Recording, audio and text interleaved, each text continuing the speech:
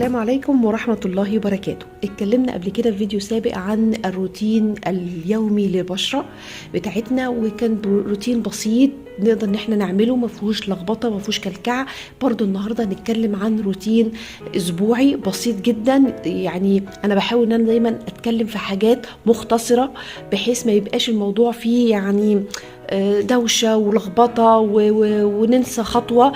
ان شاء الله معايا بشرتك هتكون نضره وكلها حيويه وما فيهاش اي مشاكل يعني من اللي بتظهر نتيجه اهمالنا لبشرتنا. روتين البشره الاسبوعي اول خطوه فيه هو تقشير البشره.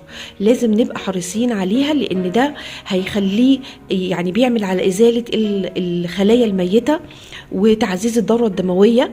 كمان هيحد من التجاعيد اللي بتظهر للبشره.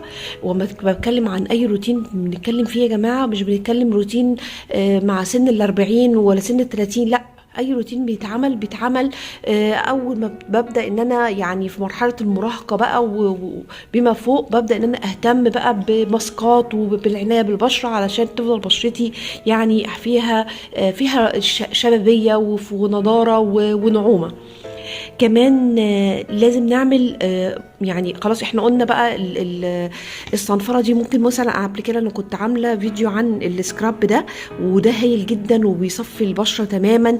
كمان في السكراب ده برضو حلو جدا، بيعمل صنفره حلو جدا للجسم والبشره وطبعا احنا عارفين ان الابريكوت طبعا يعني بيعمل وبيساعد على تفتيح لون البشره وتوحيدها.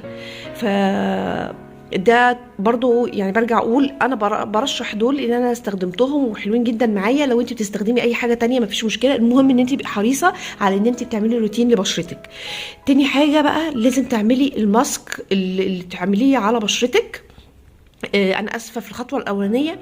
السكراب ده بنعمله مرتين في الاسبوع، يعني تقشير بشرتنا وتنظيفها بنعمله مرتين في الاسبوع. نيجي بعد كده على الماسك للوجه.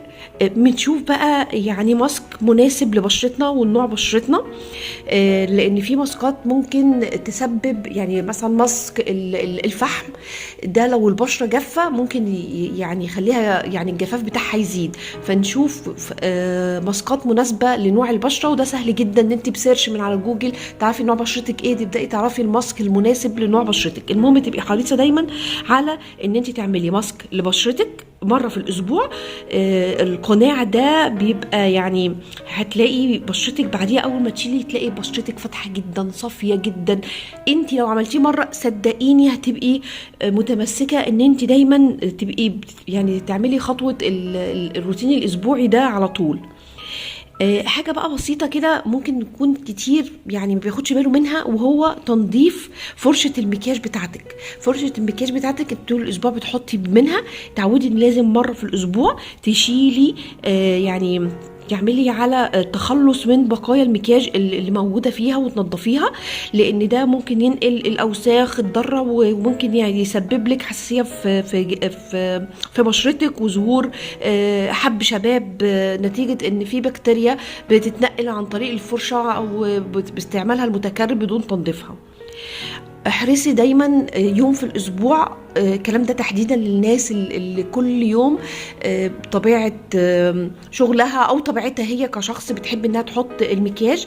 احرصي دايما يوم في الاسبوع ان انتي تتخلي عن المكياج ده هيساعد على الحفاظ على البشرة وعلى ان هو يعني هيخلي فيه المسام بتاعه بشرتك تتنفس وتبدأ ان هي يعني تديها هواء تنفسي عن بشرتك. احرصي يوم واحد كده تتخلي عن مكياجك خالص.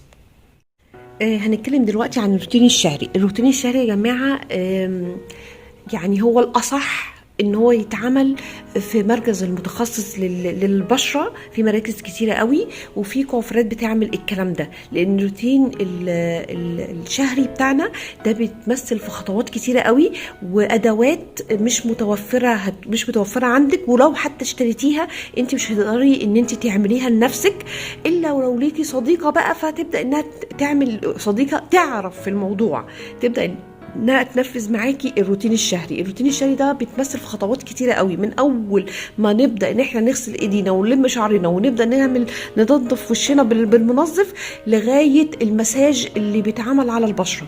خطوات كتيره فيها بقى، يعني هقول الخطوات سريعه كده. في بيستخدم المنظف، وبتستخدمي حمام سوري بخار، وبتستخدمي سكراب، وبتستخدمي قناع. وطبعا كل ده على اساس يعني نوع البشره ايه. واوقات لو في هالات سودا بتبدا تستخدم لك حاجه للهالات السودا دي تحد منها شويه. البخار ده طبعا مهم جدا للبشره. في فرشه اللي زي بتعمل زي مساج كده للبشره، هي نفسها بتعمل لك مساج بايديها. الشفره بتاعت الفلامينكو عشان تشلك اي جلد ميت، تبدا انها تشلك كمان البذور السوداء، خصوصا اللي بتبقى موجوده ناحيه الانف. خطوات كتيره قوي مش هتقدري تعمليها لنفسك، مش اي حد يقدر ان هو يعملها لك. فالروتين الشهري ده الى حد كبير ممكن ان انت تعمليه، يعني لو عايزه تنفذيه في البيت هتنفذيه بالخطوات شبه الاسبوعي، وتسيبي بقى الخطوات التقيله دي زي استخدام الفرشه الشفره بتاعت الفلامينكو او البخار بتاعت الميه او المساج، لان حد يكون مختص شويه يعمل لك الكلام ده. مهم طبعا احنا نعمل الروتين الشهري، ولكن دايما انا مش عايزه اكلفك وتكسلي ان انت تعملي روتينك. ممكن لو انت هتروحي لمركز يعمله لك، ممكن تستغني عن ان هو يبقى شهري وتخليه كل شهرين، مفيش مشكله. ولكن بقى مش تقولي مش شهرين خليهم 3 خليهم 4، لا. عايزه اقول لكم بقى، لو تابعتوا صفحات على الفيس وعلى المراكز دايما بيعملوا عروض حلوه جدا. هتلاقي في اماكن ممكن بتعمل مثلا تنظيف والبشره وجلسات للبشره، مثلا عرض مثلا ب 300 جنيه، ب 150 جنيه، ب 250. فما تيجي تحسبيها انت مش بتجيبي حاجه وهو بيستخدم كل حاجه من عنده، فهتلاقي الدنيا لطيفه.